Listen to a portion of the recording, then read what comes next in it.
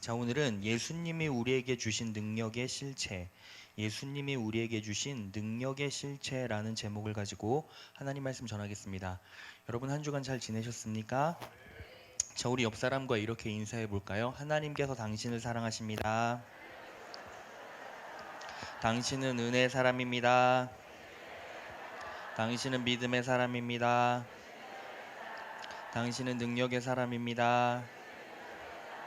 당신은 할 수 있습니다. 당신은 됩니다. 할렐루야.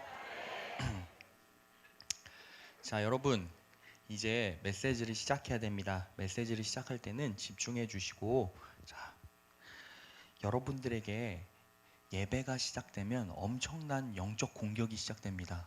그 공격의 증거가 뭔지 아세요? 네, 어떤 중력의 무게가 여러분들에게 와서 여러분들의 눈꺼풀을 누르기 시작합니다. 그래서 잔다라는 것이죠. 육체 회복만 있어서는 안 됩니다. 네, 아멘 안 하신 분들은 난 육체 회복을 하고 가겠다 이렇게. 네, 자, 여러분 예수님께서 이 땅에 오신 목적이 뭐죠? 예수님께서 이 땅에 오신 목적이 무엇입니까? 자, 말씀으로 볼까요? 마태복음 20장 28절입니다. 다 같이 읽겠습니다. 시작. 인자가 온 것은 섬김을 받으려 함이 아니라 도리어 섬기려 하고 자기 목숨을 많은 사람의 대속물로 주려 함이라. 예수님께서 이 땅에 오신 목적은 섬기러 오셨습니다. 믿으십니까? 그리고 자기 목적을 나의 목숨으로 바꾸어서 대속물로 주시기 위함입니다. 믿으십니까? 자, 그래서 결론은 예수님께서 이 땅에 오신 목적은 십자가에 못 박혀 돌아가시기까지, 우리를 위해서 피를 흘리시고 눈물을 흘리시면서 죽기까지 우리를 섬겨 주시기 위해서 이 땅에 오셨다라는 거예요. 믿으십니까? 그렇다면 그 예수 그리스도의 십자가의 사건에 우리가 어떻게 반응해야 합니까? 예수님께서 섬긴 것처럼 우리도 섬겨야 합니다. 그게 첫 번째 반응이 맞습니까? 맞지 않아요. 자, 보세요. 내가 예수 그리스도의 십자가의 사건으로 반응해서 섬긴다라는 것은 결국 뭐예요? 결국 능력이 작용돼서 열매가 나타났다는 거예요. 예수 그리스도의 십자가의 사건을 우리가 마주하게 되면서 맨 처음에 우리 심령 가운데 나타나야 할 반응은 뭐냐면 예수 그리스도의 사랑을 먼저 깨닫고 인식하고, 그리고 그 마음을 힘들고 어려울 때마다 곱씹어 가면서 내 마음에 끄집어내는 거예요. 그걸 두 글자로 말하면 뭐라고 말합니까? 누림이라고 말해요. 누림. 자, 제가 여러분들을 너무나 사랑합니다. 믿으십니까? 그래서 여러분과 연애를 하게 됐어요. 그래서 여러분들에게 밥도 사드리고 선물도 99,000원짜리 스카프도 해드리고 막 해드렸어요. 그러면 제가 그렇게 여러분들에게 물질로 헌신하는 이유가, 섬기는 이유가 뭘까요? 여러분들도 저에게 따박따박 제가 99,000원짜리를 주면 99,000원짜리를 저에게 이제 상납을 하시고, 제가 밥을 사드리면 밥을 사주시고, 그런 것들을 원해서일까요? 아니요. 제가 여러분들을 사랑해서 섬기는 이유는 여러분들이 제 사랑을 알아주길 바라는 거예요. 그리고 그 사랑에 반응해서 기뻐하고 누리길 바란다는 거예요. 예수님이 이 땅에 오신 목적은 우리를 섬기기 위해서 오셨어요.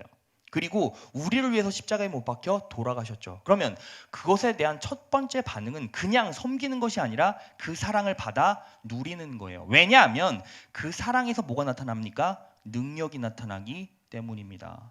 믿으십니까? 이게 정확하게 정리가 안 되면 어떻게 됩니까? 신앙생활이 힘들죠.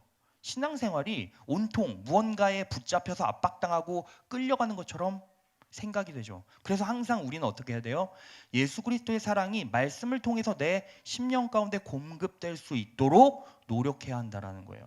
근데 그 노력은요, 우리의 땀으로 이루어지는 게 아니라 그냥 받아 누림으로 이루어지는 거예요. 믿으십니까? 그 사랑이 뭐가 된다? 능력이 된다라는 거예요. 자, 예수님께서 6월절 전에 제자들을 다 불러놓고 식사를 하신 후에 갑자기 겉옷을 벗으시고 허리에 수건을 탁 묶으신 다음에 그 다음에 제자들 앞에서 탁 무릎을 꿇으셨어요. 그 이유는 뭐냐면 제자들에게 섬김을 보여주시기 위함이었어요. 뭐냐면 발을 닦아주셨어요. 한 제자 한 제자 다 돌아가면서 발을 닦아주시는데 그때 수제자였던 베드로가 예수님께 이렇게 말을 해요. 요한복음 3장 6절에서 8절. 시몬 베드로의 차례가 되었다. 이때 베드로가 예수께 말하였다. 주님 주님, 주님께서 내 발을 씻기시렵니까? 예수께서 그에게 대답하셨다.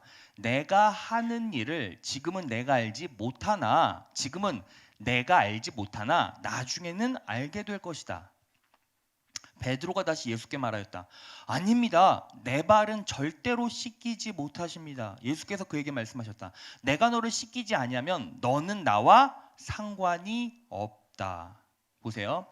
예수님께서 제자들에게 나아가셔서 발을 씻어주신 이유는 자, 명분적으로 바라보면, 열매로 바라보면, 문맥적으로 바라보면 이런 거예요. 요한복음 13장 14에서 15절. 주이며 선생인 내가 너희의 발을 씻겨주었으니 너희도 서로 남의 발을 씻겨주어야 한다.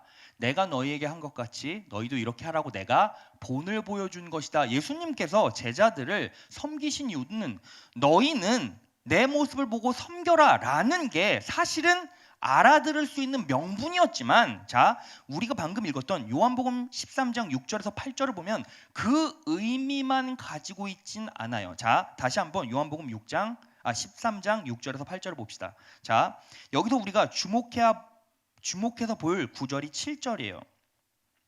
내가 하는 일을 지금은 내가 알지 못하나. 그럼 베드로가 무엇을 알지 못할까요? 그리고 무엇이길래 나중에는 알게 될 것이다 라고 말씀하셨을까요? 그리고 8절, 내가 너를 씻기지 아니하면 너는 나와 상관이 없다 라고 말씀하셨어요. 자, 여기서 우리가 그 의도를 알아야 돼요. 보세요.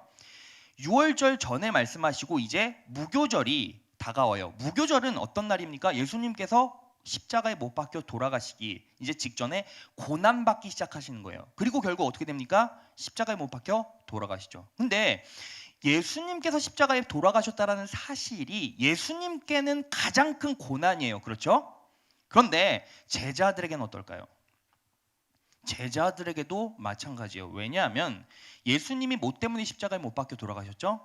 내가 하나님의 아들이야, 메시아야 라는 것 때문에 유대인들에게 모함당해서 십자가에 못 박혀 돌아가셨다는 거예요. 근데 예수님께서 십자가에 못 박혀 돌아가셨다는 것은 결국 무엇입니까? 예수님은 이단이다. 예수님의 말은 진리가 아니야. 예수님은 거짓된 삶을 살았어 라는 것을 십자가를 통해서 그 시대 사람들에게는 증명이 된 거잖아요. 그러면 제자들은 어떤 삶을 살게 돼 있죠? 이교도의 삶을 살게 돼 있어요. 그들도 타겟이 되고 추적당해서 죽을 수밖에 없다는 거예요. 근데 그 제자들이 예수님의 말씀대로 섬겨야 해요. 낮은 자리로 가야 돼요. 여러분, 당시에 발을 닦는다라는 개념은 어떤 개념입니까? 종의 개념이었어요. 자, 당시 그 시대 사람들이 신던 신발 하나 보여드릴게요. 요거는 어른 신발, 그 다음 요거는 아이 신발이에요. 근데 보세요. 그 당시에는 샌들 같은 신발을 신고 다녔기 때문에 건기 때는 어때요? 건기 때는 발가락 사이에 먼지가 들어가죠. 그리고 우기 때는 어떻게 됩니까? 땅이 진흙탕이 돼요. 왜냐하면 그 당시 팔레스타인 지역은 광야였고 포장이 되어지지 않았어요. 길가에. 그러니까 지금 우리가 살고 있는 시대는 어때요? 길이 비포장이 없잖아요. 다 세멘이나 콘크리트로 덮여져 있잖아요. 근데 그 당시에는 다 흙으로 돼 있으니까 발가락 사이에 먼지가 들어가서 땀이 나니까 땀과 흙이 섞여서 어떻게 됩니까? 떡이 되죠. 냄새가 올라오고 더럽단 말이에요. 그래서 집에 방문하게 되면 누구나 종이 발을 씻겨주게 돼 있었어요. 근데 예수님께서 제자들을 섬겨주셨다는 것은 자, 뭐 하라는 거예요? 제자들도 나중에 예수님이 십자가에 못 박혀 돌아가신 이후에도 예수님처럼 가장 밑바닥에서 가장 더러운 걸 보라 그 소리잖아요. 그렇지 않습니까? 근데 제자들이 어떤 능력으로 사람들을 섬기고 가장 낮은 자리에서 사람들을 섬길 수가 있어요? 바로 그 예수님, 그 부활하신 나의 구주께서 내 발을 닦아주셨구나 라는 그 사랑이 나를 섬길 수 있게 만들어준다라는 거죠. 믿으십니까? 그래서 사랑이 뭐다? 능력이라는 거예요. 예수님의 사랑이 내 심령 가운데 느껴지고 깨달아지고 누려질 때 그 사랑이 반응되어져서 결국 능력이 된다라는 거예요. 믿으십니까? 자, 보세요. 우리가 주일날 계속 마태복음 강해를 해요. 이제 우리가 마태복음 몇 장을 시작했죠? 지난주에 4장을 시작했어요. 4장의 초두에 이제 어떤 일이 일어납니까? 예수님께서 시험을 받으세요. 근데 그 시험은 어떤 시험이죠? 도키마조였습니까? 페이라조였습니까? 페이라조라고 그랬어요. 페이라조가 뭐라고 그랬죠? 목적이 악한 시험. 즉 예수님을 죽이려는 시험이었다라는 거예요. 그러면 예수님이 공생애를 시작하시면서 시험을 이제 치러야 한다는 건 자기의 삶에서 십자가의 순환 다음으로 위기를 맞으셨다는 것이고, 그리고 그 상황이 고통이라는 것이고, 그 상황이 힘들지만 극복해야 할 장애였다라는 거예요. 그렇지 않습니까? 그런데 예수님이 얼마나 힘드셨으면 40일이나 금식하시면서 어떻게 됩니까? 시험을 치르셨겠어요. 그 상황에서 예수님이 사단에게 시험 받으시면서 가장 필요한 게 무엇이었을까요? 바로 하나님의 사랑이셨던 거예요. 내가 너를 사랑한다. 그래서 4장 1절 전에 3장 마지막 절이 나와요. 3장 마지막 절과 4장 1절을 엮어봅시다. 자, 마태복음 3장 17절에서 4장 1절. 하늘로서 소리가 있어 말씀하시되 이는 내 사랑하는 아들이요 내 기뻐하는 자라 하시니라. 그 다음에 4장 1절 나오죠. 그때에 예수께서 성령에게 이끌려 마귀에게 시험을 받으러 광야로 가사. 자, 이렇게 되는 거예요. 예수님께서 시험을 극복하시기 위해서 가장 필요한 게 뭐예요? 하나님의 사랑, 사랑의 확인이었다라는 거예요. 우리가 인생을 살아가면서 많은 시험이 있죠. 고난이 있죠. 역경이 있죠. 목적이 악한 시험, 여러분들을 죽이려고 하는 시험들이 계속 온단 말이에요. 근데 그때 우리가 확인해야 할 게 무엇입니까? 하나님께서 나를 사랑하고 계시다 라는 사랑을 계속 확인해야 돼요. 누구처럼? 예수님처럼. 예수님께서 시험을 극복하신 것처럼. 그런데 여기서 보세요. 이제 사단이 예수님을 시험하세요. 이 내용은 제가 그 마태복음 강의 시간에 아마 안 할 것 같아요. 그래서 여러분들이 그냥 미리 말씀을 드리는 거예요. 자, 근데 사단이 예수님께 이제 시험을 하죠. 근데 어떻게 예수님을 부르는지 볼까요? 마태복음 4장 3절 6절. 시험하는 자가 예수께 나와서 가로되 내가 만일 하나님의 아들이거든 명하여 이 돌들이 떡덩이가 되게 하라. 여기서 우리가 무슨 말을 주목해 봐야 되냐면, 사단이 네가 만일 하나님의 아들이거든. 자, 여기서 주목해 봐야 할 것은 네가 만일 하나님의 사랑하는 아들이거든 이라고 말하지 않은 것에 주목해 봐야 돼요. 자, 왜냐하면 보세요. 이 시험을 극복하게 만드는 것이 하나님께로부터 온 사랑이라는 걸 사단은 알고 있어요. 그렇기 때문에 하나님의 아들이거든 명하여 이 돌들이 떡덩이가 되게 하라. 그런데 사단이 지금 주목하고 사단이 계속 이끌어가고 집중시키는 게 뭐예요? 세 가지예요. 위치, 그리고 행동, 그리고 결과. 보세요. 네가 하나님의 아들이거든, 네 위치가 하나님의 아들이라면 명하여 이 돌들이 행동이죠. 떡덩어리가 되게 하라. 뭐예요? 결과예요. 자, 6절. 가로되 내가 만일 하나님의 아들이거든 위치 뛰어내리라. 뭐예요? 행동. 그렇게 되면 죽지 않는다. 결과. 자, 보세요. 사단이 여러분들에게 지속적으로 유혹하는 게 뭐예요? 세 가지죠. 위치, 행동, 결과예요. 이런 거죠. 그리스도인인데 하나님 믿는다고 하면서 왜 그런 일하고 살아요? 왜 이것뿐이 못 벌고 살죠? 축복받는다며. 능력 있는 삶을 살 수 있다며요. 그런데 그 꼴이 뭐예요? 사단이 항상 여러분들의 심령 가운데 여러분들의 자아를 뭉개는 방법이 뭐예요? 위치, 행동, 결과라는 거예요. 그래서 항상 청년들이던 이 시대를 살아가는 그리스도인이 뭐 때문에 자꾸 무너져요? 내가 그리스도인인데 하나님께서 나를 자녀 삼으셨는데 왜 내 위치는 이 꼴이고, 왜 나는 이렇게 살아야 하고, 왜 내 삶의 열매는 이래야 해? 라고 고백한다라는 거예요. 그게 누구의 역사다? 사단의 역사예요. 뭘 빼먹었어요? 하나님께서 너를 사랑하셔. 네가 어떤 위치에서 무슨 일을 하고 어떤 결과를 맺던 간에 그게 본질적으로 중요한 것이 아니라 하나님께서 너를 사랑하셔. 이게 상황과 환경의 어려움을 뛰어넘는 첫 번째 원리가 되어야 된다는 거예요. 그게 예수님께서 여러분들에게 허락하신 능력이라는 거예요. 믿으십니까? 여러분, 그래서 우리는 계속 사랑을 상실해 갈 때마다 어떻게 해요? 예배에 집중해야죠. 말씀에 집중해야죠. 왜냐하면 중요한 것은 본질적으로 우리가 하나님을 사랑하는 게 아니에요. 하나님께서 우리를 지속적으로 지금 이 순간에도 계속 사랑해 주신다는 거예요. 믿으십니까? 요한일서 4장 10절. 다 같이 읽겠습니다. 시작. 사랑은 여기 있으니 우리 죄를 위하여 화목제로 그 아들을 보내셨음이니라. 믿으십니까? 우리는 예수님을 사랑할 수 없죠. 왜? 1년, 2년, 3년 지나면서 신앙이 옅어지고 하나님을 향한 마음이 수그러들면 우리의 사랑은 소멸돼요. 어느 순간 감각이 없어지죠. 그런데 염려하지 마세요. 말씀 붙잡고 살면요, 하나님께서 공급해 주세요. 하나님께서 회복시켜 주신다라는 거예요.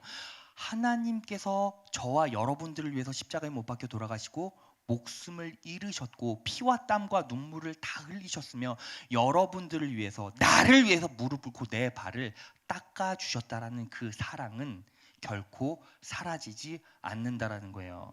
그래서 여러분, 하나님의 은혜를 받았다라는 사람은 세 가지 선물이 내 심령 가운데 들어오게 되어 있어요. 그게 뭐냐면 믿음, 소망, 뭐예요? 사랑. 자, 고린도전서 13장 13절. 다 같이 읽겠습니다. 시작.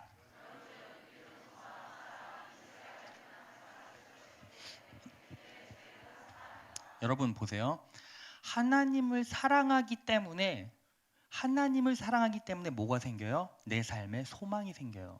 하나님을 사랑하기 때문에 뭐가 생겨요? 그분을 향한 믿음이 생긴다라는 거예요. 믿으십니까? 그래서 가장 중요한 능력의 원리 하나는 예수 그리스도의 사랑을 공급받아라라는 거예요. 공급받기 위해서는 예배 자리에 나가야 되고, 기도의 자리에 나가야 되고, 말씀의 자리에 나가야 된다라는 거예요. 믿으세요? 그리고 그 사랑이 내 심령 가운데 들어왔을 때 실제적으로 이 세상을 바꿀 수 있는 뭐가 생겨요? 내 삶의 환경을 바꿀 수 있는 뭐가 생겨요? 믿음이 생겨요. 믿음은 왜? 능력이기 때문에. 금요생수회강 시간에 우리가 지속적으로 계속 선포하는 게 뭐예요? 믿음으로 승리하라예요. 믿음으로 승리하라. 자, 우리 옆 사람과 이렇게 고백해 볼까요? 믿음으로 승리합시다. 믿음으로 승리합시다. 믿음으로 승리합시다. 자, 믿음으로 승리합시다 라는 고백이 무엇입니까? 결국 세상을 이기게 만드는 것은 뭐예요? 믿음이라는 거예요. 요한일서 5장 4절. 다 같이 읽겠습니다. 시작. 무릇 하나님께로부터 난 자마다 세상을 이기느니라. 세상을 이기는 승리는 이것이니 우리의 믿음이니라. 보세요. 여러분, 여기서 주목해 봐야 될 사실이 하나 있어요. 왜 우리가 믿음이 없습니까? 이 믿음이 어디에서부터 시작되는지를 알아야 돼요. 그게 뭐죠? 하나님의 사랑이죠. 자, 요한일서 5장 4절을 세번역 성경으로 봅시다. 하나님에게서 태어난 사람은 다 세상을 이기기 때문입니다. 세상을 이긴 승리는 이것이니 곧 우리의 뭐예요? 믿음이라는 거예요. 하나님께서 태어난 사람. 자, 여기서 아이 낳아 보신 분 아멘. 자, 청년들은 아멘하면 안 돼요. 자, 네, 여러분, 아이 낳아 보신 분 아멘. 아이를 낳는 유일한 이유가 뭐예요? 아이를 사랑해서 그래요. 그렇죠? 사랑해서 인구가 절벽 현상이 일어나고 인구가 줄는데 그냥 놔버려. 애국심을 발휘해서 놔버려. 나는 애국주의자, 난 민족주의자야. 애기 낳아야 돼. 이겁니까? 아니요. 이유는 단 하나예요. 아이를 사랑하기 때문에. 내 태로부터 나오는 아이를 사랑하기 때문에 아이를 낳는 거예요. 자, 하나님께로부터 난 자, 즉 하나님에게서 태어난 사람은 뭐예요? 하나님의 사랑을 입고 태어난 사람이라는 거예요. 이 자리에 앉아 있는 사람은 어떤 사람?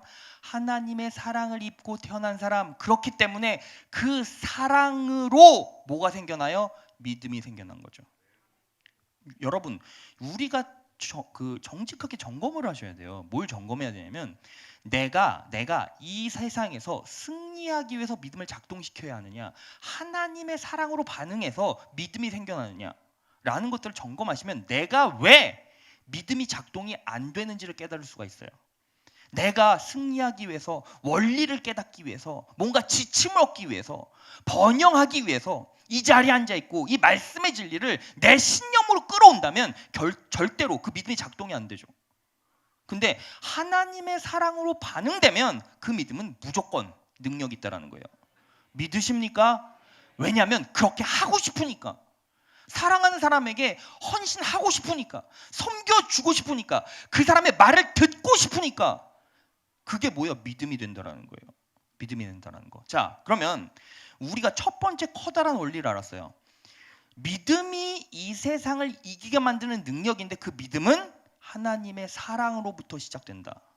그리고 그 사랑을 체험하고 경험한 자는 이미 승리를 가지고 시작하는 거예요. 믿으십니까? 자, 그러한 첫 번째 원리를 마음에 새기고 이제 오늘 본문 말씀을 봐야 될 것 같아요. 오늘 본문 말씀 사도행전 15장 11절을 봅시다. 우리는 본문 말씀에 적용시키면 우리는 유대인을 말하고 저희와 이방인을 말해요. 근데 유대인 말고 이방인은 누구예요? 우리를 말하죠. 우리를. 자, 유대인이나 이방인이나 동일하게 주 예수의 은혜로. 자, 여기를 보겠습니다.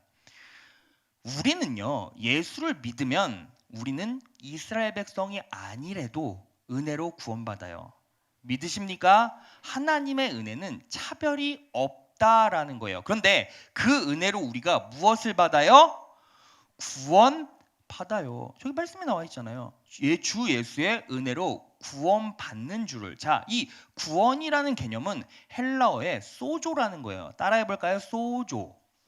자, 이거는 아마 제가 설교하면서 한 2만 번쯤 얘기할 테니까 지금 까먹어도 상관없어요. 그런데 이 구원이라는 개념은 세 가지가 있어요. 첫 번째가 영혼 구원, 두 번째가 환경에서의 구원, 세 번째가 육체에서의 구원이에요. 자, 마태복음 1장 2절. 다 같이 읽겠습니다. 시작. 아들을 낳으리니 이름을 예수라라. 이는 그가 자기의 백성을 그들의 죄에서 구원할 자이심이니라 하니라. 여기서 죄에서 구원할 자, 여기서 구원이 바로 소조예요. 죄에서 구원, 영혼 구원이라는 거죠. 그래서 우리가 예수님의 은혜로 첫 번째 누리게 될 선물이 뭐예요? 천국이라는 거예요. 하나님 나라라는 거예요. 믿으십니까? 자, 두 번째가 뭐예요? 환경에서의 구원이에요. 자, 마태복음 8장 25절. 자, 다 같이 읽겠습니다. 시작. 제자들이 나와 깨우며 이르되 주여 구원하소서 우리가 죽겠나이다. 마태복음 8장을 보면 예수님께서 갈릴리 바다를 건너가실 때 이제 배를 타고 가시는데 풍랑이 일어요. 그 풍랑이 마가복음 보면 광풍이라고 나와 있어요. 광풍이 막 배에 막 이렇게 치면서 배를 막 이제 흔들어서 전복시키려고 하니까 그때 제자들이 자고 있는 예수님을 막 깨우면서 예수님 배가 침몰할 것 같아요. 무서워요. 어떡해요? 하면서 뭐라고 말합니까? 예수님 그 제자들이 나와 예수님을 깨우며 이르되 주여 구원하소서라고 얘기했다라는 거예요. 마태복음 8장 25절 우리가 방금 읽었죠? 구원, 여기서 구원도 뭐예요? 소조라는 거예요. 마가복음 10장 51에서 52절. 예수께서 일러 가라사대 내가 무엇을 하여 주기를 원하느냐? 소경이 가로되 선생님이여 보기를 원하나이다. 예수께서 이르시되 가라 내 믿음이 너를 구원하였느니라 하시니 저가 곧 보게 되어 예수를 길에서 좇으니라. 예수님께서 여리고에서 그 사역을 하실 때 누구를 보냐면 바디메오라는 소경을 보시고 고쳐주세요. 그때 뭐라고 말합니까? 예수께서 이르시되 가라 내 믿음이 너를 구원하였느니라. 병치료 받았다. 이게 뭐예요? 소조라는 거예요. 그래서 소조는 세 가지예요. 영혼 구원, 환경 구원, 그리고 뭐요? 육체 질병의 구원이라는 거예요. 하나님의 은혜를 받은 자는 이미 이것들을 해결할 수 있는 열쇠가 있어요. 근데 여러분 여기서 주목해 봐야 될 것이 있어요. 분명히 여러분들은 이런 질문을 할 것 같아요. 목사님, 죽어서 천국은 가봐야 알고요. 지금 우리의 환경, 내 삶의 환경은 이래요. 그리고 제 몸은 이렇게 아파요. 근데 목사님이 지금 이렇게 말씀하셨죠. 하나님께서 우리를 구원해 주셨다라는 개념은 육체의 구원, 환경의 구원, 영혼의 구원이잖아요. 그러면 이 상황들을 어떻게 해석해야 할까요? 내 믿음이 가짜입니까? 라고 물어보는 성도가 있을까요? 없을까요? 실제로 있죠. 많아요. 많아요. 말을 안 해서 그렇지. 여기 청년들이 있어요. 청년들하고 막 얘기를 해보면 결국은 뭐예요? 세상 살아가는 게 만만치가 않아. 예수님 믿어도 변하는 게 없어. 그런데 장년들은 안 그럴까요? 육체 질병 있는 사람들은 안 그럴까요? 그런 질문들을 계속 해대죠. 그러면 제가 어떻게 대답할 수 있을까요? 자, 오늘 본문 말씀을 보세요. 사도행전 15장 11절. 우리가 저희와 동일하게 주 예수의 은혜로 구원받은 줄을 뭐예요? 뭐예요? 뭐예요? 믿노라. 보세요. 제가 여러분께 계속 말씀드렸죠. 믿음은 누가 주시는 거예요? 하나님께서 주세요. 그러니까 그 믿음 가지고 우리는 어디 가는 거예요? 천국 가는 거예요. 그런데 이 세상의 삶은 어때요? 이 세상의 삶은 내 의지로 사실 작동되고 있잖아요. 자, 제가 이 물을 잡으려고 하는데 하나님께서 막 못 잡게 하시나요? 아니요, 제가 잡아요. 제가 제 행동으로 발동시키는 거예요. 자, 이 땅에서 승리하려면 어떻게 합니까? 하나님께서 주신 믿음을 가지고 그 믿음의 원리를 가지고 어떻게 해요? 이 땅에서 작동시켜야 돼요. 여러분 보세요. 여러분들에게 수백 년을 가업으로 이어온 장인이 칼을 줬어요. 이 칼은 뭐든지 다 벨 수 있습니다. 그래서 이 칼 이름은 다베라 뭐 이런 거라고 칩시다. 근데 여러분 이 칼을 여러분들께 다 쥐어줬는데 어떤 사람은 칼을 갖고만 있으면 어떻게 해요? 썰 수가 있어요? 없어요? 썰 수 없어요. 어떤 사람은 계속 쓰니까 어떻게 해요? 그 칼의 위력을 발휘하죠. 마찬가지예요. 칼을 줬다라는 것은 의심의 여지가 없어요. 여러분들에게 칼을 줬다라는 증거가 무엇입니까? 여러분들이 이 자리에 있다라는 거예요. 믿으십니까? 그런데 그 칼을 사용하는 것은 누구 몫이다? 내 몫이다. 그래서 제가 주일 예배 시간에도 여러분들께 계속 말씀드리잖아요. 믿음은 하나님의 은혜로 내 영혼 가운데 오지만 그 믿음을 성장시킨 건 누구의 몫이다? 나의 몫이다. 믿음을 사용하는 건 누구 몫이다? 나의 몫이다. 그러니까 믿음을 사용해야죠. 그러면 믿음을 어떻게 사용할 수 있을까요? 그 두 가지 원리가 있어요. 자, 오늘은 이 두 가지 원리만 딱 여러분들의 마음에 새기고 세 가지 원리죠. 첫 번째, 사랑을 회복하라. 두 번째, 이제 믿음의 원리를 여러분과 나누고 말씀을 마칠 거예요. 첫 번째는 뭐냐면, 첫 번째는 이런 거예요. 대하여의 믿음이 아니라 향하여의 믿음이다. 자, 우리 따라해 볼까요? 대하여의 믿음이 아니라 향하여의 믿음이다. 다시, 대하여의 믿음이 아니라 향하여의 믿음이다. 암기하실 분 아멘. 암기하실 분 아멘. 제가 다음 주에 물어볼 거예요. 자, 보세요. 대하여의 믿음이 아니라 향하여의 믿음이라는 거예요. 마가복음 11장 23절. 자, 우리 다 같이 읽겠습니다. 시작.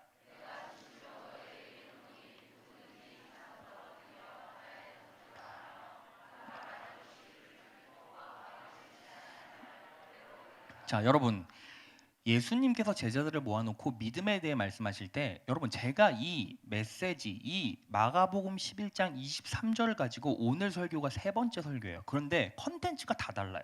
그러니까 말씀을 묵상하고 연구하다 보니까 놀라운 진리가 계속 튀어나와요. 보세요. 예수님께서 이렇게 말씀하신 거예요. 진실로 너희에게 이르노니 누구든지 이 산더러 들려 바다에 던지우라며. 보세요. 왜 산이 바다에 던지워져야 될까요? 산이 장애가 되기 때문이에요. 그렇죠? 그러면 산이 장애가 되어서 바다로 던져야 되는데 산에 대해서 말하고 있습니까? 산을 향하여 얘기를 하고 있습니까? 자, 산에 대해서 얘기를 하고 있어요? 산을 향해서 얘기하고 있어요? 산을 향하여서. 그런데 우리의 삶을 그대로 이 상황 가운데 집어넣어 보세요. 여러분들의 삶에서 산만한 장애가 있어요. 그러면 그 장애를 바다에 던져야 돼요. 근데 문제는 뭐예요? 우리는 산을 향하여 얘기하잖아요. 산을 향하여 명령하지 않죠. 뭐에 대해서 얘기를 해요? 산에 대해서 얘기를 해요. 여러분 보세요. 사업이 어려워서 깔딱깔딱거리는 분들이 있어요. 가정, 남편과의 관계가 무너져서 너무 고통스러워하는 분들이 계시죠. 우리 교회도 많이 있어요. 여러분 사실 보세요. 저도요, 향하여 믿음이 없으면 살기 정말 힘들어요. 당회장 목사님 육신이 정말 공고하시죠. 오늘 그 안전하게 하나님께서 은혜로 이제 복귀시켜 주셨는데 당이 많이 올라서 너무 피곤하시고 힘들대요. 여러분 당이 막 올라가면 어떤지 아십니까? 정신이 막 흐리흐리해지고 막 힘들어요. 고통스러워요. 당뇨합병증 진짜 무섭잖아요. 근데 목도 아프시고 허리도 아프시고 온몸이 아프세요. 그리고 어머니는 무릎 다치셔서 쩔뚝쩔뚝거리세요. 몇 개월이 지났는데 낫질 않아요. 제 아내는 지난주에 허리 삐끗해서 누워 있었어요. 저는 허리가 평상시에도 아파요. 저희 장인어른은 어깨가 아파요. 장모님은 골반이 아파요. 제 처제도 아파요. 처남도 아파요. 그러면 여러분 보세요. 향하여 믿음이 없으면 어떻게 됩니까? 대하여 신앙이 돼요. 대하여. 향하여가 아니라 대하여. 이게 무슨 소리냐면 내 삶에 장애가 있으면 계속 그것만 얘기한다는 거예요. 몸이 아파 힘들어 이러다 죽겠네. 아 끝장이야. 이게 그냥 우리의 입에서 그냥 나오잖아요. 아 사업 힘들어. 이게 되겠어? 경기도 안 좋아. 경기도 안 좋아. TV 틀면 막 이상한 뚱뚱한 사람만 나오고 막 오늘은 막 통바지 입고 막 왔다 갔다 거리더라고. 막 이런 얘기 하면서 힘들어 어려워. 막 보세요. 통일 안 되면 전쟁이 일어날 것 같고 통일되면 북한 사람들이 다 내려와서 우리가 힘들어질 것 같아. 그냥 상황이 힘들어 어려워 사업이 힘들어. 자꾸 뭐에 대해서 얘기를 해야 돼요? 뭐에 대해서 얘기를 해요? 문제에 대해서 얘기를 한단 말이에요. 문제에 대해서. 그렇지 않습니까? 관계도 마찬가지예요. 아이고 이놈의 남편 왜 또 오늘 살아서 집에 들어왔냐. 근데 어떻게 해요? 사고 나면 아이고 또 사고 났어. 병원 가서 아이 조심해서 운전하려니까 이게 뭔 일이야 하면서 또 싸우면 어서 나가서 막 죽어버리든가 막 이렇게 계속 관계에 대해서 얘기를 한단 말이에요. 문제에 대해서 얘기한단 말이에요. 그렇지 않습니까? 근데 그건 믿음이 아니에요. 보세요. 마가복음 11장 23절 보면 내가 진실로 너희에게 이르노니 누구든지 이 산더러 이 산을 향해 바다에 던지우라 하며 그 말하는 것이 이룰 줄 믿고 마음에 의심치 아니하면 어떻게 된다고요? 그대로 되리라. 근데 여기서 믿고와 and 대칭을 이루고 있는 게 뭐예요? 마음에 의심치 아니하면. 그러면 믿음은 무엇이다? 마음에 의심치 아니하는 것이다. 그런데 이 마음에 의심치 아니하면이 정말 심오해요. 이게 그 디아크리노라는 그 헬라어인데 이게 뭐냐면 분별하다, 판별하다라는 뜻이에요. 분별하다, 판별하다. 이게 어디에서 쓰여지냐면 보통 우리가 지혜 있는 자들이 하는 행동을 봤을 때 분별하다, 판별하다라는 말을 써요. 자 보세요. 여러분 구약에 지혜로운 왕 하면 나오는 사람이 누구죠? 솔로몬. 솔로몬이 왜 지혜의 왕이 됐습니까? 잘 분별하고 판별해서 지혜의 왕이 됐어요. 아이가 있었는데 엄마가 둘이 낳았죠. 서로 자기 아이래요. 그래서 어떻게 합니까? 반뚝 잘라라 했더니 한쪽 엄마가 뭐라고 말해요? 진짜 엄마가 안 돼요. 차라리 그냥 제가 아이를 포기하겠습니다. 근데 한쪽 엄마, 가짜 엄마 뭐라 그래요? 그냥 빨리 잘라주세요. 반토막 내서 주세요. 반. 저는 얼굴 쪽으로 막 이렇게 얘기를 했겠죠. 얼굴은 보고 살아야 되니까 막 이렇게 얘기를 했을 것 같아요. 근데 솔로몬이 지혜를 발휘해서 어떻게 해요? 판별하고 분별해서 엄마를 찾아줬죠. 그래서 지혜 있는 자들이 뭐예요? 분별하고 판별해요. 그런데 왜 의심치 아니하면 이라는 말을 디아크리노, 구별하다, 판단하다라는 말을 썼냐면 이거예요. 보세요. 여러분, 말씀을 딱 접해요. 그러면 그때 어떤 일이 일어나냐면 우리 마음 가운데 이 말씀대로 내가 행했을 때 될 것이냐라고 자꾸 뭐예요? 여러분, 의심을 내가 하기로 작정하고 의심하겠습니까? 하겠습니다라고 말합니까? 아니면 가만히 있는데 의심이 돼요. 그냥 정직하게 내가 의심해야지, 구별해봐야 되지, 판단해봐야지라고 막 내 의지적으로 판단하자 합니까? 아니면 내가 그냥 말씀대로 반응을 하려고 해도 의심이 올라옵니까? 의심이 사실은 올라와요. 왜냐하면 인간의 본성이 그렇게 작동돼서 그래요. 작동돼서. 근데 자, 의심하지 않으려면 뭐가 있어야 돼요? 내가 생각한 판별, 분별력보다 더 강력한 지혜가 내 영혼 가운데 지식으로 들어오면 어떻게 됩니까? 내 판별과 분별이 무의미해지죠. 그게 맞다라는 다른 확신이 완전히 나를 뒤덮어 버리니까. 근데 보세요. 결국에 인간의 분별, 판별보다 더 뛰어난 지혜는 누구에게 있어요? 누구에게 있어요? 하나님께만 있어요. 여러분, 정직하게 말하면 이런 거예요. 인간은 분별력, 판단력 없어요. 지혜는 누구에게만 있어요? 하나님께만 있어요. 욥기 12장 13절. 다 같이 읽겠습니다. 시작. 자, 지혜를 행할 수 있는 권능이 누구에게 있어요? 하나님께 있어요. 그러니까 보세요. 믿고 마음에 의심치 말아라 라는 말과 일맥상통하는 말은 뭐냐면 믿고 하나님께 지혜를 구하라 라는 말과 일맥상통해요. 보세요. 의심은 내가 내 의지로 하지 않아도 자연스럽게 의심이 돼요. 여러분들이 하나의 진리를 붙잡고 믿자라고 해도 내 심령 가운데 뭐가 스멀스멀 올라와요? 의심이 온단 말이에요. 내 스스로 판단하고 막 자동적으로 분별한단 말이에요. 이건 이미 안 돼. 말씀을 읽어도 이건 돼, 이건 안 돼, 이건 돼, 이건 안 돼. 이렇게 계속 잣대질한단 말이죠. 그렇기 때문에 어떻게 해요? 믿고 의심하지 말라라는 말은 하나님께 지혜를 구해라. 하나님의 지혜가 내 심령 가운데 들어왔을 때 어떻게 해요? 내 믿음을 확신시켜 줄 수 있는 다른 강력한 믿음이 은혜로 또 들어오게 되는 거예요. 믿으십니까? 여러분, 믿음의 순도가 여러분들이 70, 80이라도 믿자 이렇게 될 거예요. 그런데 행동은 안 하겠죠. 그런데 120%, 200% 작동하면 어떻게 됩니까? 그냥 믿고 행하는 거예요. 그런데 그 믿음, 그 지혜는 누구에게 받는 거예요? 하나님께 받는 거예요. 그래서 믿고 의심치 말라라는 개념을 그냥 믿어. 그냥 무대뽀로 믿어. 안 믿어줘도 그냥 믿어.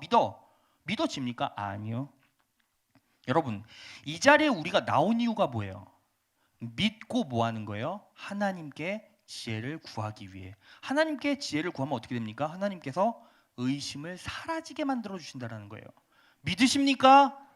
믿고 지혜를 하나님께 구하세요. 어떤 힘든 장애가 있잖아요. 그러면 믿고 하나님께 지혜를 구하세요. 어떤 힘든 일이 있으면 믿고 지혜를 하나님께 구하세요. 어떤 어려운 관계가 있으면 믿고 하나님께 구하세요.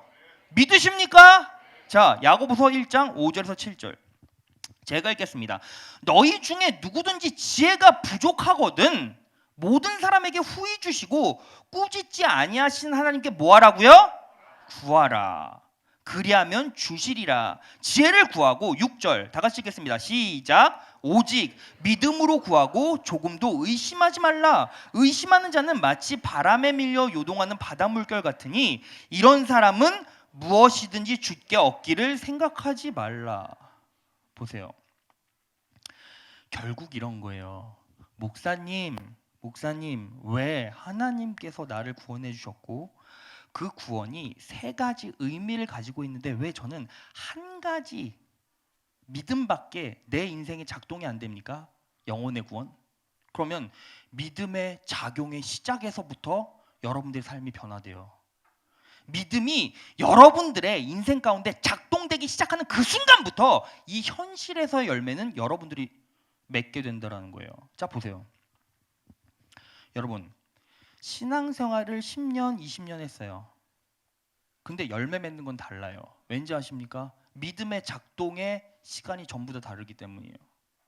어떤 성도는 하나님을 믿어요. 구원의 확신은 있죠. 근데 믿음을 아직까지도 삶에서 작동시키지를 않아. 그러면 그 사람은 평생 이 현실에서 열매 맺을 수 있습니까? 없습니까?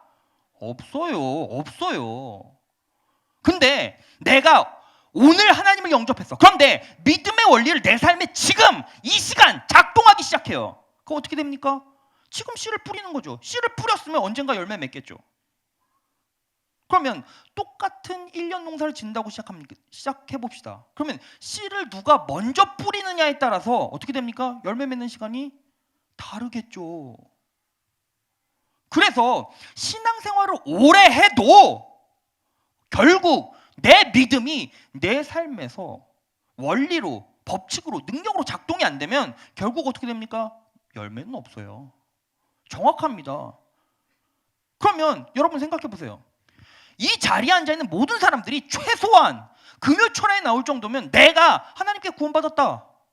내가 예수 그리스도의 십자가의 보혈로 인해서 나는 천국 가라는 믿음은 은혜로 받은 사람들 아닙니까?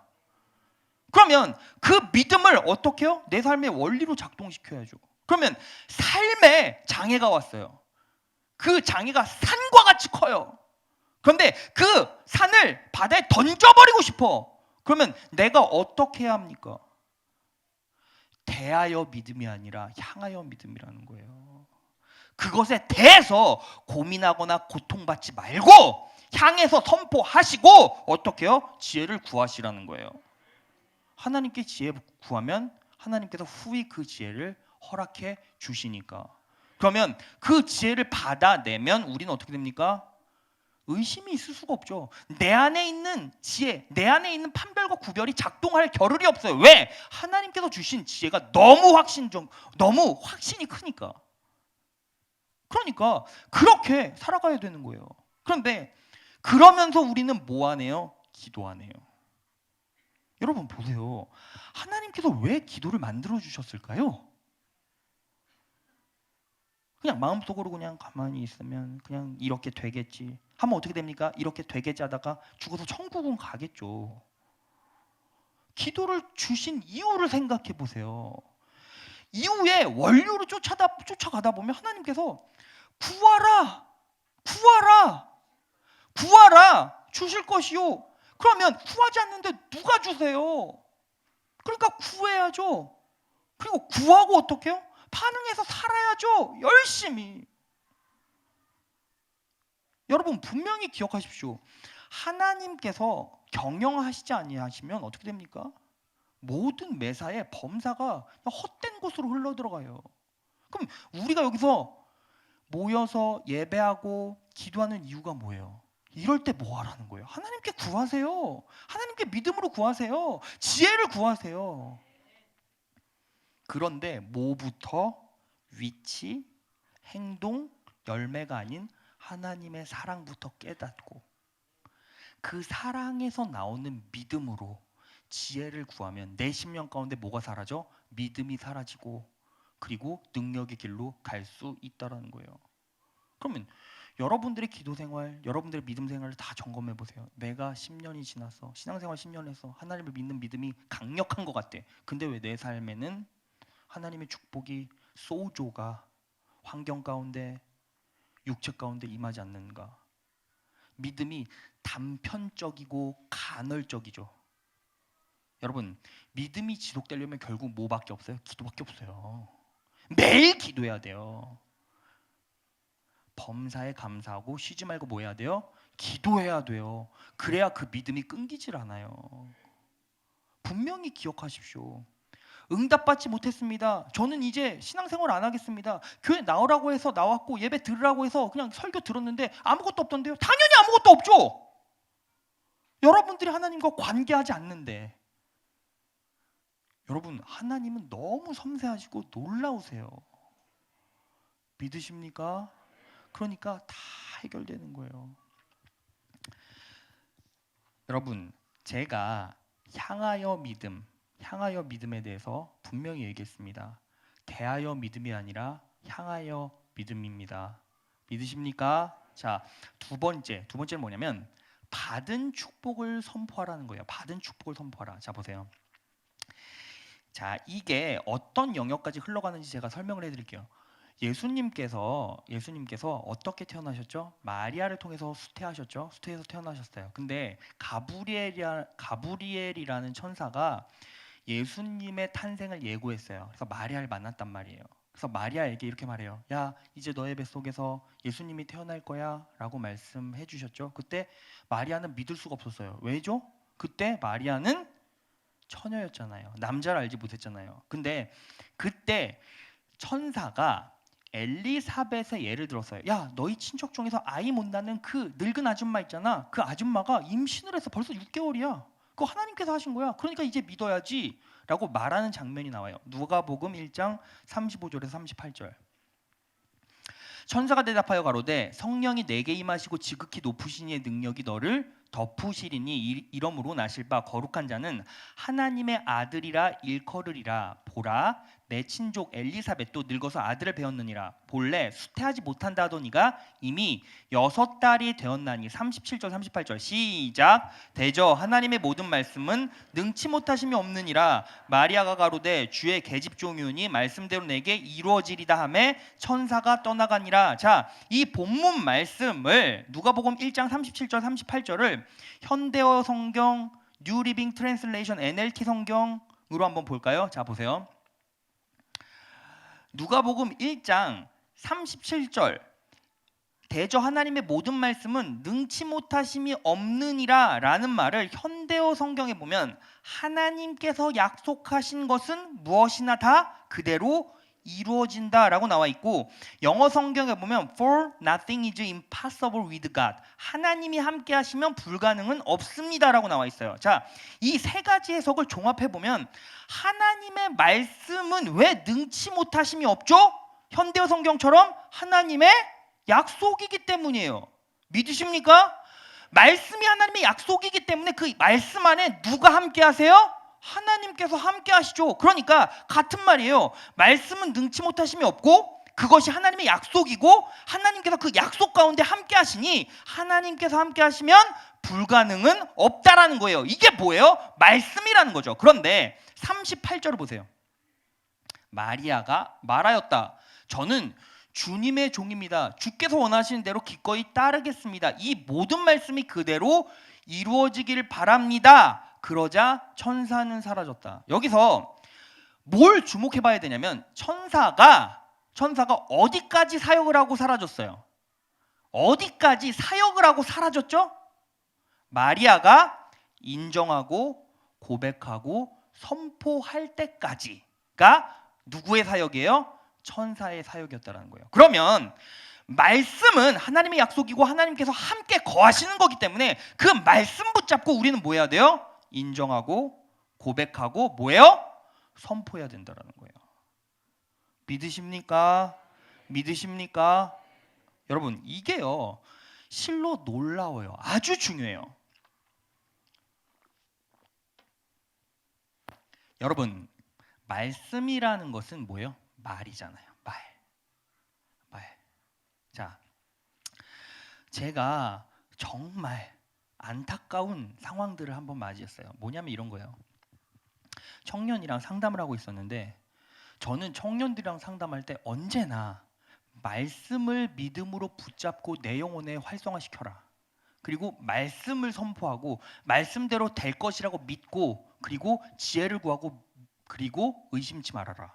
말씀을 선포해라. 말씀을 선포해라. 그런데 한 청년이 저에게 되게 안타까운 얘기를 했어요. 제가 청년 사역할 때 이랬는데 한 청년이 뭐 그 사역자가 누군지는 잘 모르겠어요. 뭐 전도사인지 목사인지 저는 잘 모르겠어요. 근데 저한테 이런 얘기를 했어요. 목사님, 제가요 목사님 얘기를 설교 시간에 듣고 계속 말씀 선포하고 믿음으로 선포하고 그렇게 될 거라고 믿고, 그리고 원망을 원망으로 받아들이지 않고 아픔을 아픔으로 받아들이지 않고 어떻게요? 계속 하나님께서 나와 함께 하신다라고 선포하고 믿고 의지하고 나아가는데, 어떤 목사님이 저한테 이런 얘기를 해주셨어요. 저는 그 말씀을 믿고, 목사님, 저는요 말씀을 믿고 의지하면서 말씀 선포합니다. 지금 어려운 상황이지만 어려운 상황을 그 어려운 상황으로 반응하지 않고 믿고 선포합니다 라고 얘기를 했는데, 그 목사님이 그랬대요. 그 전도사님인지 목사님인지 모르겠어요. 그 사역자인데 누군지 몰라요. 근데 그랬대요. 그렇게 말씀만 붙잡고 선포한다고 해서 모든 일이 해결되는 건 아니에요 라고 얘기를 했다라는 거예요. 그러면 반대로 얘기하면, 그러면 말씀을 의지하고 말씀이 그대로 될 줄 믿고 선포하지 않으면 어떻게 문제를 해결하라는 거예요? 여러분 보세요. 문제를 가지고 왔다라는 것은 그 문제가 내 의지와 내 능력으로는 해결이 안 되니까 온 거 아닙니까? 근데 사역자가 그랬대요. 목사가 그랬는지 전도사가 그랬는지 저는 몰라요. 그런데 그랬대요. 말씀 붙잡고 말씀을 의지하고 말씀을 그냥 선포해요.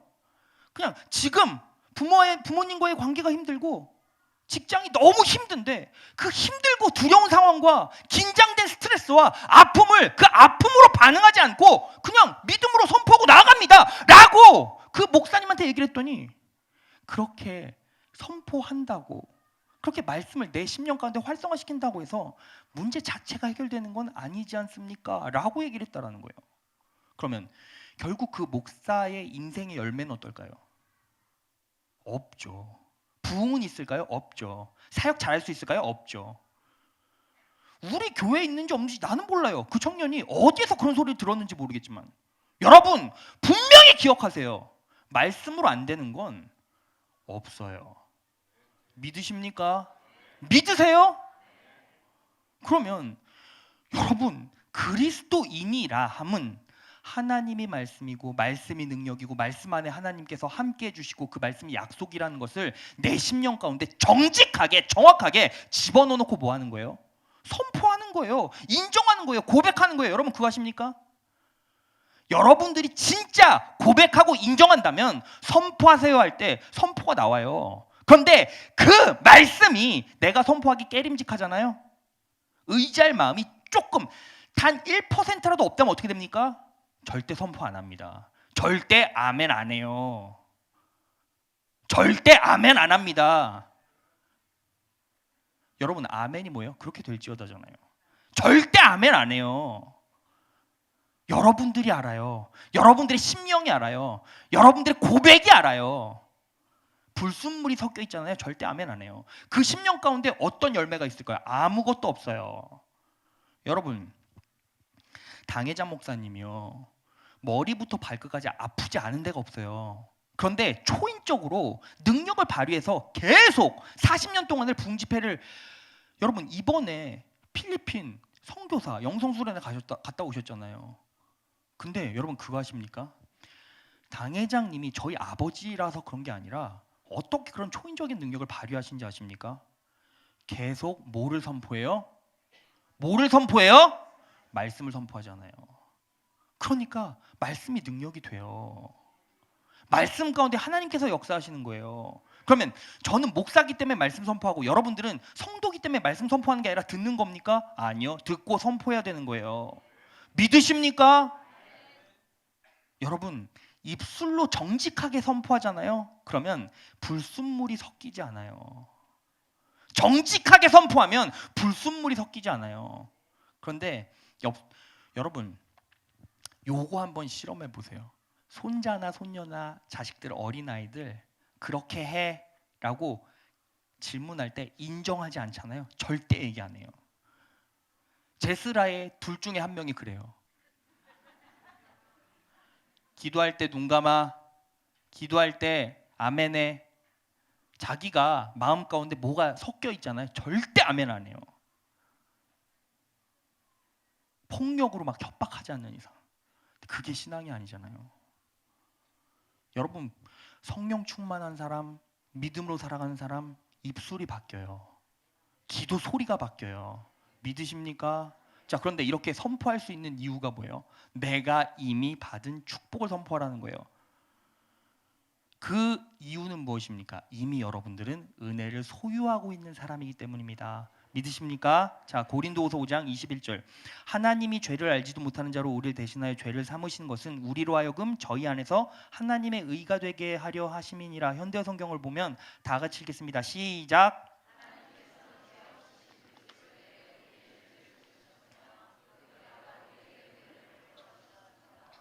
자, 신약에서 은혜, 구약에서 은혜를 받고 말하면 축복, 복이라는 거예요. 자, 시편 1편 1절에서 3절. 우리가 다 알고 있는 본문이죠. 다 같이 읽겠습니다. 시작.